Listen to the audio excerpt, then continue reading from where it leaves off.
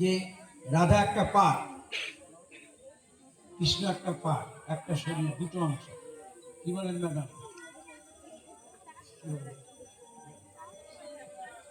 কৃষ্ণের অংশ থেকে, রাধার অংশ থেকে কৃষ্ণ।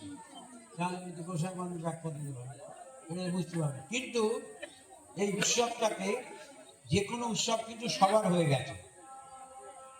আদায় ঝুলন হয় আসার নগরে, তোমাদের প্রধানের ওখানে, কিন্তু আসে তো হরিনারের কচিরাও তো আসে,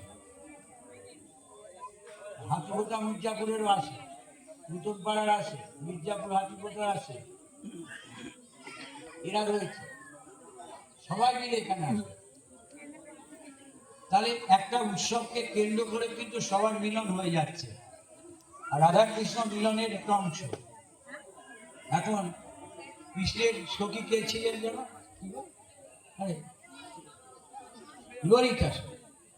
এখন ললিতার অনুরোধে কৃষ্ণ তো দোলনায় চেপেছে, রাধার তো রাগ হয়েছে, রাধা রাগ মানাতে কিন্তু কৃষ্ণের বহু সময় লেগেছে, এটা মনে আছে তো সব।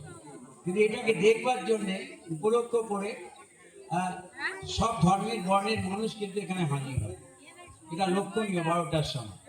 অতএব উৎসবটা কিন্তু সবার।